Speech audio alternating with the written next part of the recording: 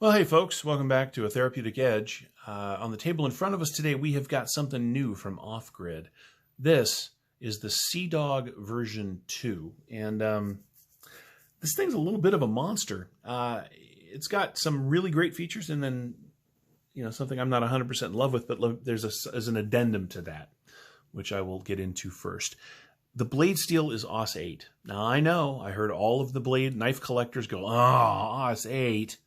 But here's the thing, a really good knife in AUS 8, right, much like this Rat 1, has proven over and over again to be a really serviceable sort of budget steel, and it is fantastic in the wet. And the reason that Off-Grid went with AUS 8, which, by the way, I have used this thing to cut just foot after foot after foot of cardboard at this point. I have used it. I made some feather sticks with it just to give it a shot. I have cut a ton of stuff in and around the properties that I manage for my family, and it has held its edge exceptionally well. Better by far than the Rat 1 here in AUS 8. So I don't know what Off-Grid's doing with their AUS 8. I do know that they're doing whatever it is right. So that's the addendum. I know AUS 8, in this day of collectors and so on and so forth, people are not going to be super stoked about that steel. All I can tell you is that it has held an edge, as well as steels that cost considerably more, has given me no grief at all. And the DLC on this thing, the coating on this blade, has held up to a fair amount of work without so much as a scuff. Now, mind you, I'm not out there banging it on rocks, which I don't recommend that you do anyway, but it's held up very well. And for that reason, I'm just going to say, it's AUS 8.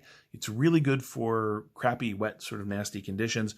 It sharpens extremely easily in the field, which, I haven't had to do that yet, even though I've used it a ton. But even if I did, I know that my little stone that I keep with me would put an edge right back on AUS 8 without a big deal. So you get a great blade shape, very comfortable handle. It's heavy. This is not a lightweight knife.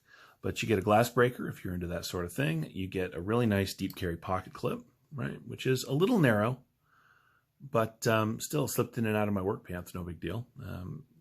It's open construction for the most part. Everything on this knife is blacked out. They do tend to like to do that over at Off-Grid. This is one of those knives where function overwhelmed style. And what I mean by that is that it is designed for you to be able to get a really solid grip on it, even in nasty and wet conditions.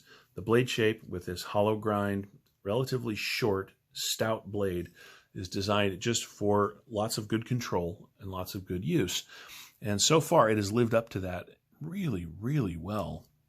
From a collector's perspective, it's a work knife. And what I mean by that is that the blade to handle ratio is a little bit off. Well, you guys know what I'm talking about, right?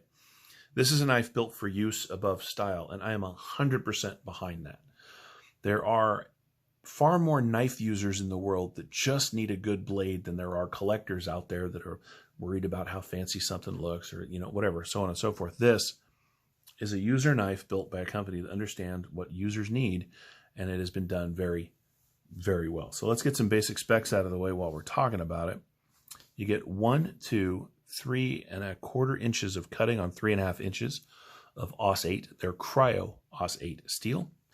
The grip area from behind the flipper tab, you get 1, 2, 3, 3¾ coming up on 4, just around the corner, right? So it is exactly the size of my hand, and my hand's right at 3¾ right? But man, I'll tell you, because of this shape, you just lock in so well. Now, one of the things I like to point out is that these are not slab-side G10 scales. They've actually been milled so that they peak down towards the grip area, right? It's not a center line.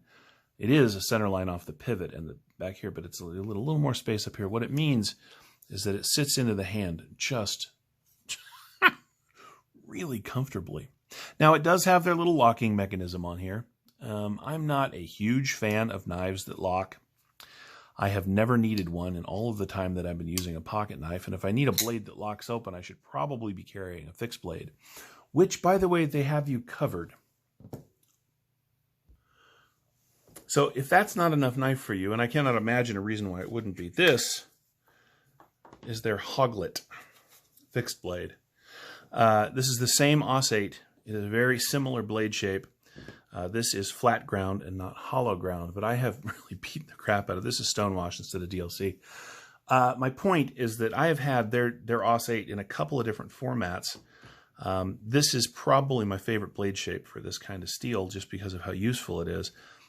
This is a great combination of knives. If for some reason you need something that's a little tougher than a folder, they've got you covered with this great little sort of EDC-sized fixie. We'll talk about more about that in a review of its own down the road. The point, though, there is that locking mechanisms are just not really my jam. Now, I'm sure out there in the world, somebody is saying, but I use it all the time. Awesome. That's not my thing.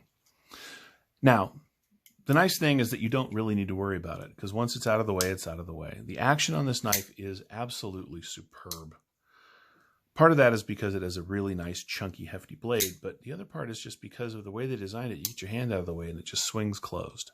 The flipper tab, which is the only method of deployment, is a little bit of a pocket pecker, as you can see, but the way the knife is shaped and the way that it hangs in the pocket, it's really not that big of a deal. And at this point, we all just need to come to terms with the fact that if a knife is going to have a flipper, it's likely going to bang into stuff that we're carrying with us in the pocket. As I mentioned, it has a glass breaker. Now, I know that's not everybody's favorite thing in the world.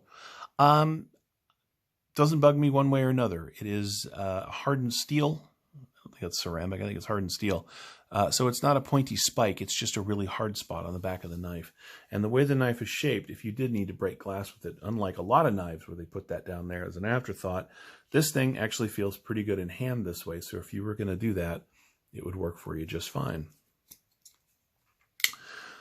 Let's do some other size comparisons just for fun. Now, I've already had the OS 8 companion out here. This, of course, is the Rat Model 1. As you can see, it is a little bigger than the Seadog. The Seadog is not an enormous knife, but it's not a small knife either.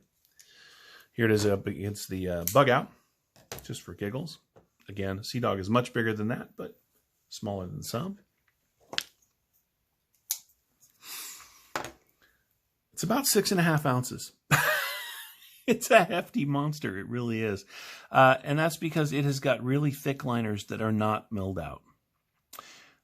These are solid. And part of the reason that the folks over at Off-Grid did that is because this is distinctly designed to be a wet weather, wet condition, nasty condition work knife. And feather light knives and big heavy gloves just don't go together very well. Whereas a nice hefty knife that you get a good grip on, even with gloves on, is suited for that sort of purpose and environment. And I think they've done a great job of bringing that to life in this knife. Now, these are about $70, $68, right in there somewhere, which for some of you is not going to qualify as budget. But if you consider how much of the material you get, and it's a big knife, if you consider how much thought went into the design, right down to how they've milled the G10 and the way the handle is shaped, and the, choosing to do a hollow grind on the blade so that even though it's kind of a saber grind, you get a really nice thin edge while maintaining durability all the way out to this tip thanks to this blade shape. You get a lot of knife for your just under $70. You really do. And I think it's a knife that would serve the kind of user, hard-working environment person that wants a knife like this for quite some time. I really do think it's worth your investigation and your time if you're into this sort of thing. I'd like to thank Off-Grid for putting this into our hands so we can take a look at it here.